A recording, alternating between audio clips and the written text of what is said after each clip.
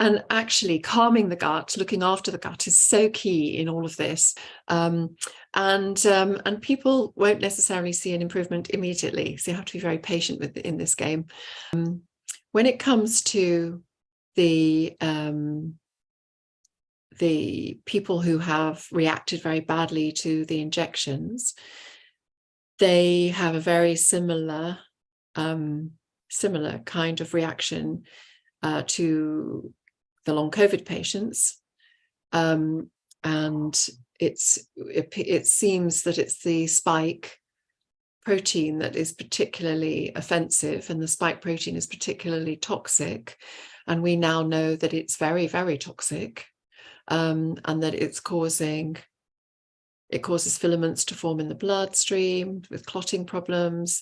So we've got seeing a lot more heart attacks, strokes, pulmonary emboli.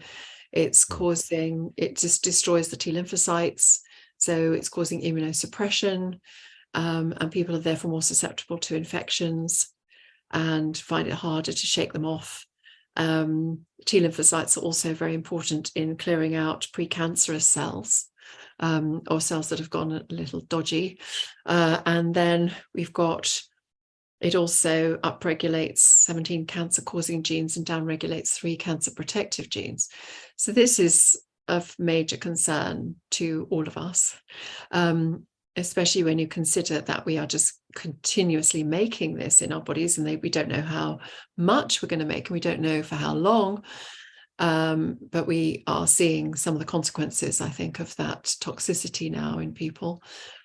And it's very important to try and clear it out. And there is an Italian group called the Zero Spike Project. And I would really recommend that everybody has a look at this. If you look at zerospike.org/EN, you'll get the English website. So zerospike.org/EN. And that is an excellent website. It's got lots of information on there. It's got videos, it's got articles written by scientists and doctors and pathologists, and very, very enlightening kind of website. And these guys, they developed something called augmented NAC.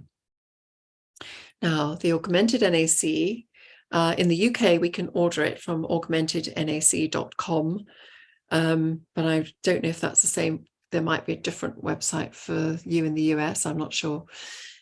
But if you emailed the Italian group, they would let you know. And it's fascinating. What they did was they found that if they took ordinary NAC, which is an N-acetylcysteine, it's the precursor to glutathione. It's very good it's very good for the body. It's helpful in the brain, in the heart, in the lungs, in the liver, and etc. So it's a good stuff to take anyway. But when they mixed it with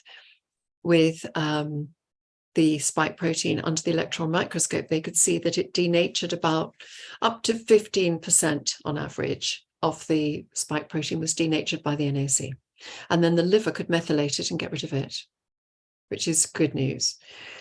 But when they did something very special to the NAC and they augmented it, which is all to do with quantum physics, they actually made it able to denature 99.8% of the spike, which is incredible. It can't do that to the spike that's intracellular, inside the cells or in the organs, but anything that's in the bloodstream, which is where it's causing the filaments to form and so on, it can clear it out. So they've done this for over 10,000 Italians over the last year, and they've been studying them. And so now they're ready to roll this out across the UK, across the world, globally. And certainly, as of the last 3 or 4 weeks, it's been available in the US, and it's been available in the UK for the last 2 weeks. Wow. And yeah. Can you give me the information for that as well? And I'll link that in the description so everyone could see that. Absolutely. And Okay. actually they sent me a whole load of data. I'll ask them if I can share it with you. I'm sure they'd be very happy for you to see their data. It's very exciting. I feel so enlightened, I feel, not enlightened, that's the wrong word, sorry. I feel so encouraged by this development, because we've been looking for antidotes and how to help the body cope with this toxicity, and this seems to be a real answer. And so far, I've heard of reports of people in America who've gone on it, who have felt so much better. Their brain fog clears, they've got more energy, their pain goes down, they feel so much better. And I have a feeling that the spike is a constant trigger for patients with MCAS, for sure. And so we can only get them well up to a certain level, and then because they're still making the spike, and if they still got it, it aggravates their MCAS. So I'm really keen in getting rid of it for people, for them to get it out. People can have a detoxification kind of reaction, because it just shows it's working, basically. So some people have said that they felt exhausted for 6 hours, just as their poor liver was going, wow, I've got to deal with all this spike and clear it out. And then they felt fine. They rallied after that, but there have been so many positive reports. It's really encouraging. So I encourage all of my patients to go on it now. So the spike protein doesn't eliminate on its own after a while. Like, it just keeps. Do you know what, Scott? We don't know. Okay. We do know that AZ, which was the one that's now gone off the market and which many of us had in the UK. Right. AZ, we know that changes the DNA permanently. So we're going to make the spike protein forever until we can repair the DNA, until we know how to do that. But so that's why I'm saying to my patients, take 1 3 times a day for 3 months, and then take 1 a day ongoing, because and also if you should come across any spike, it will denature it quickly. So that should stop you catching any further episodes of the infection. And so this is, I know it's available in the US now. I'll find out for you and let you know the website that people can order it from. But I think we literally all should do this, because we're all sitting on a time bomb. Yeah. So would you say that long haul is it kind of like, it's kind of similar to getting the vaccine itself? Like long haul, you saw that spike protein in you from the virus itself. Yes. And how is that related to mast cell activation? Is long haul basically just MCAS, disguised, or what would you say to that? Well, that's an interesting question, and that was the one question I wanted to answer when I first thought about the long COVID patients having MCAS. And so I opened my clinic for 2 reasons. One was because I had intellectual curiosity, and I thought, have these patients got undiagnosed, untreated MCAS that's just been really exacerbated by this particular virus, just like the patients with ME get aggravated by a virus, but because they've got MCAS too in my book, but or has it exacerbated MCAS? Has it caused MCAS in people? Which of those is happening? So when I felt, so I had this intellectual curiosity, but I also felt morally obliged to open the clinic, because I thought no one was helping them. I couldn't hear of any help that these people were getting, and they were opening NHS clinics, but in the NHS clinics they told them to rest. They said rest and pace yourself. And the nice guidelines said, tell them to rest and to make a list of all their symptoms. That was the treatment. And it's like, these people can't go back to work and can't get on with their lives and look after their children and their elderly parents and all the things they have to do if they're feeling so rotten, and they're just told to rest, So I felt morally obliged to open the clinic, because I thought I think I can help these people, by treating them as if they've got MCAS. And the interesting thing was, I would say 99% of my patients have got previously undiagnosed, untreated MCAS. So when you take the history, they have got history of IBS. Doesn't mean they were particularly unwell with it, but they all have got signs and symptoms to suggest that they actually had MCAS prior to the infection.